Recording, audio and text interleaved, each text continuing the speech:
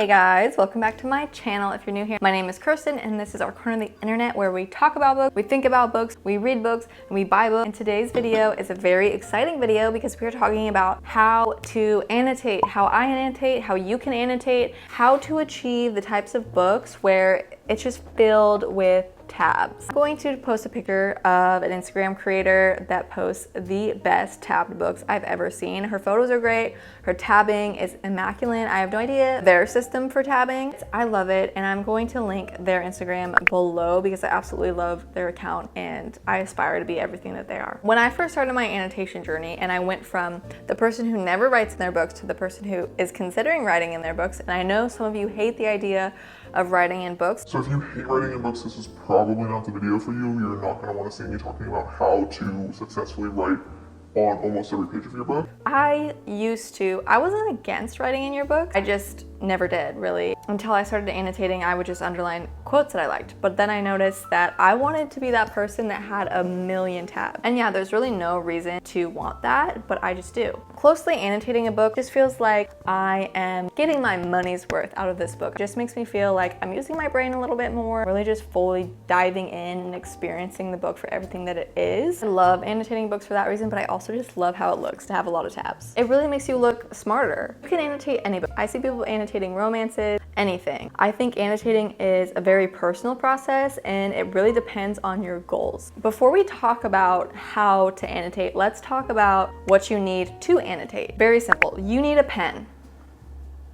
Can be any pen, just as long as the pen does not bleed through the pages. We'll also need highlighters. These two highlighters are from literally the dollar store. You do not have to spend a lot of money. They don't bleed through the page. But my favorite, if you do want to spend a little bit more money than just going to the dollar store, is these mild liner highlighters. I have a pack in my storefront that I'm actually gonna probably buy myself again tomorrow because I'm almost out of all my annotation stuff. I love these because they just come in really cute colors and they don't bleed through the pages at all, because there's nothing worse than highlighting something on the page and then turning the page and having it bleed through and ruin the next page. Lastly, and probably the most important thing you need, is color-coded tabs. These look terrible right now because I'm almost out of them and they're not my usual solid color ones that typically look more like this but are these type. I will have all of the annotation stuff linked to my storefront, which I will also be purchasing because I can't find my other tabs. We're gonna have to make do with these today. Super cheap on Amazon. You can get a billion different colors, which is fun because I like to coordinate the colors of the tabs with the cover or just like my mood. Now that we've covered what you need to annotate, let's talk about how to annotate. So there are so many different ways that you can annotate, but our goal here is to get the most tabs possible. So we want to be thinking about more than just quotes that we like. So the first thing I like to do when annotating a book, and that I'm going to do with this book in particular, is to think about why I'm annotating it and what I want to get out of annotating it. So for this, my best friend, hi Taylor, if you're watching this, actually sent me this book to read because she read it. It's about three friends. It reminded her of our friend group that we grew up with when we were younger. Needless to say, I'm gonna annotate this for her so that she can see my thoughts as I go through it. But with that in mind, I know my annotations are kind of gonna be guided in that way since I am annotating it for someone. But if you are just annotating a book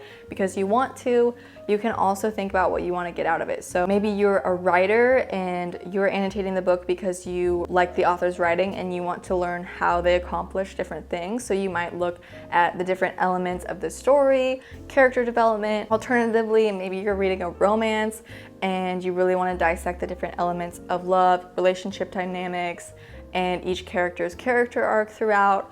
Or maybe you're reading a story that touches on mental health and you really want to dissect the different ways mental health affects the characters throughout the story. Basically, just look at the book that you want to annotate and look at the themes, look at the different characters and what the story is about, and pick out the different aspects of the story that you want to look at closely. So I like to think of it as annotating is a way to take a magnifying glass, to the book and pick apart different elements of it and then see how they work and how they carry the story or how they affect you as the reader and get you thinking. There is no right or wrong way to annotate a book. It all depends on what you want to get out of it. I'm going to use this book as an example and show you how I set up my tabs. I have already created a key for this book. I did video it, but it was out of focus, so that's why I'm redoing this. Essentially, I thought about why I'm annotating this book and what I want to get out of it. This book is about 3 friends and their long-term friendships, and there's some sort of reason why these 3 friends are no longer speaking to each other. There is a car that is dragged up from the bottom of a lake, a journalist who is reporting on the case and kind of investigating the friend group. So clearly there's some sort of mystery element going on as to why these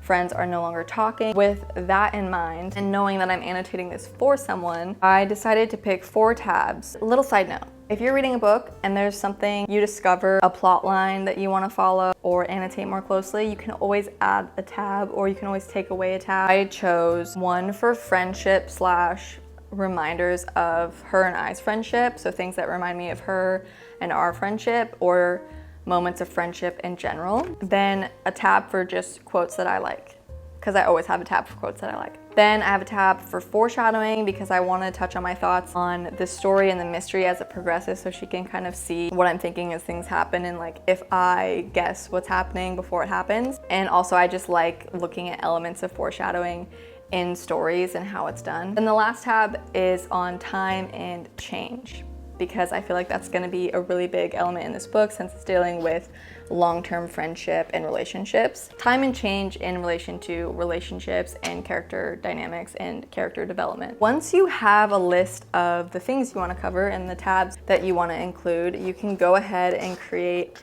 a key. I like to do it on the title page so that it looks like this. So I have one color for friendship, one for quotes, one for time and change, and one for foreshadowing.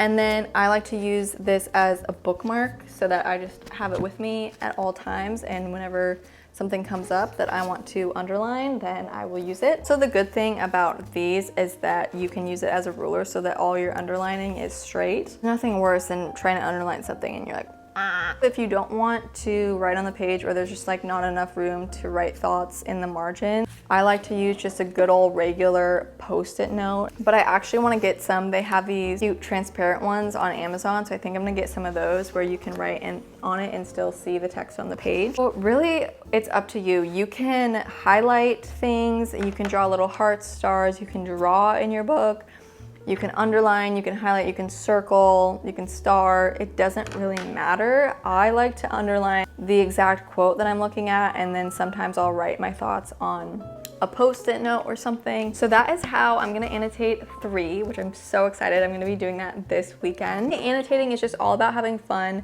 and exploring the story and the characters. You don't have to think too in depth. You can literally just annotate little moments and quotes that make you laugh or little quotes and things that make you sad. You could go into a book, make a tab for emotions and underline things that make you feel certain ways and annotate that way. You do not have to put a lot of thought into it. It's whatever makes you feel good and whatever helps you get the most out of the story. But I think having at least 4 or more tabs will help you increase your chances of having that fully tabbed, annotated look. And obviously it depends on the book you're reading. Sometimes you will feel called to annotate more in some books more than others, and that's okay. Don't expect every book to just be loaded with tabs all the time. Plus, annotating does make your reading experience a little bit slower, so that's something to consider too. I hope you guys have fun annotating, and I hope this video helped you kind of break down annotating and make it seem a little less intimidating. Don't worry too much about how you annotate your books. Just do what feels right for you. Thank you guys so much for watching this video. I really appreciate those of you who have been watching and commenting. I really do notice when you comment. Caitlin, I've noticed that you've been commenting a lot, and I really appreciate you. I will see you in my next video. Bye!